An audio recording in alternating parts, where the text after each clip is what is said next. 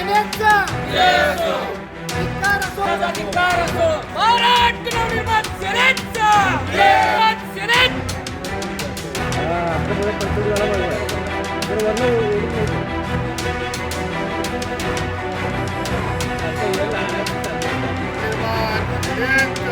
जय असो सन्माननीय राजसाहेब ठाकरे यांचा जय असो महाराष्ट्र सेनेचा जय असो महाराष्ट्र नवनिर्माण सेनेचा माननीय राजसाहेब ठाकरे यांचा माननीय राजसाहेब स्वातंत्र्यवीर सावरकरांच्या अनेक पुस्तकांमधून अशी नोंद आहे की मराठी भाषा समृद्ध होण्यासाठी सावरकरांनी मराठीला प्रतिशब्द भरपूर प्रमाणात दिले.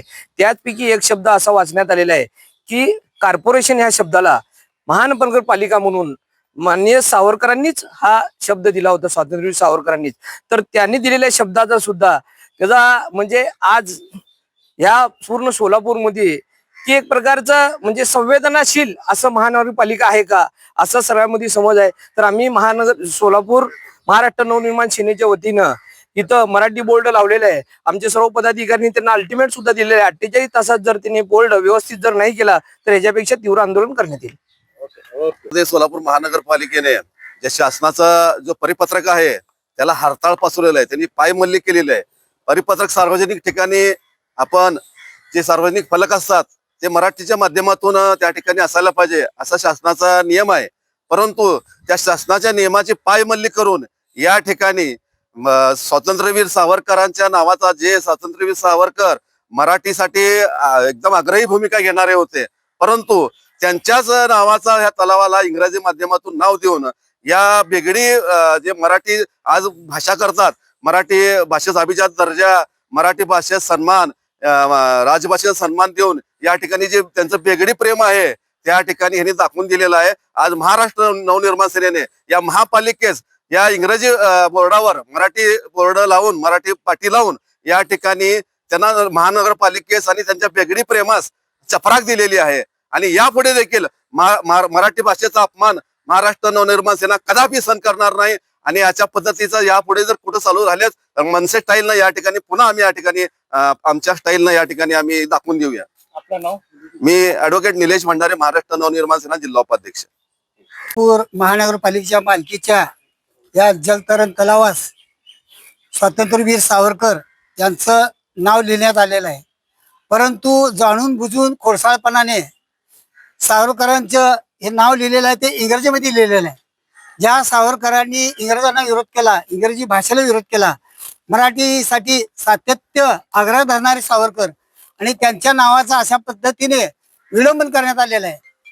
आम्ही एवढं सांगू इच्छितो, संपूर्ण महाराष्ट्रामध्ये मराठी भाषेसाठी आंदोलन सुरू असताना अशा प्रकारचा खोडसाळपणा या महापालिकेने केलेला आहे. नुकतेच राहुल नार्वेकर यांनी सुद्धा अशा प्रकारचे वक्तव्य केलं. त्याचा निषेध म्हणून आमच्या विनायक अण्णा महेंद्रकर यांच्या नेतृत्वाखाली त्यांना व्याकरणाची पुस्तकं देण्यात आली. त्यानंतर त्यांनी माफी मागितली. असाच प्रकार या सोलापूर शहरामध्ये सुद्धा घडलेला आहे. स्वातंत्र्यवीर सावरकर यांचा इंग्रजीमध्ये फलक लावण्यात आलेला आहे. त्याचा निषेध म्हणून आज महाराष्ट्र नवनिर्माण सेनेच्या वतीने एक आंदोलनात्मक त्यांच्या फलकावर मराठीमधून स्वातंत्र्यवीर सावरकर असा फलक महाराष्ट्र नवनिर्माण सेनेच्या वतीने लावण्यात आलेला आहे. आणि यापुढे लवकरात लवकर 48 तासाच्या आत जर हा फलक मराठीमध्ये व्यवस्थितपणे लिहिला नाही तर आम्ही मनसे स्टाईलने आंदोलन करू. जय हिंद, जय महाराष्ट्र. आज महाराष्ट्र नवनिर्माण सेना कदापि खपून घेणार नाही. ज्या जलतरण तलावाला स्वातंत्र्यवीर सावरकरांचं नाव दिलं त्याच जलतरण तलावाची पाटी जर आज इंग्लिशमध्ये जर हे महापालिका हे प्रशासन जर लावत असेल तर हा घोर अपमान या सावरकरांचा आहे आणि या मराठी अस्मितेचा आहे. ज्या स्वातंत्र्यवीर सावरकरांनी मराठी भाषा संवर्धनासाठी आयुष्यात खस्ता खाल्ल्या, ज्या मराठी भाषेसाठी नवीन नवीन शब्द या स्वातंत्र्यवीर सावरकरांनी मराठीला दिले. महापौर, तुमच्या माहितीसाठी सांगतो, महापौर हा शब्द स्वातंत्र्यवीर सावरकरांनी मराठीसाठी दिलेला शब्द आहे. तर याच सोलापूर महापालिकेच्या महापौरांना जर स्वातंत्र्यवीर सावरकरांचं महत्व आणि जर माहिती कळत नसेल तर आम्ही महाराष्ट्र नवनिर्माण सेना कदापि खपून घेणार नाही आणि स्वातंत्र्यवीर सावरकरांचा तर आपण अजिबात खपून घेणार नाही. आज फक्त इंग्लिश पाटी समोर मराठी पाटी लावलेली आहे.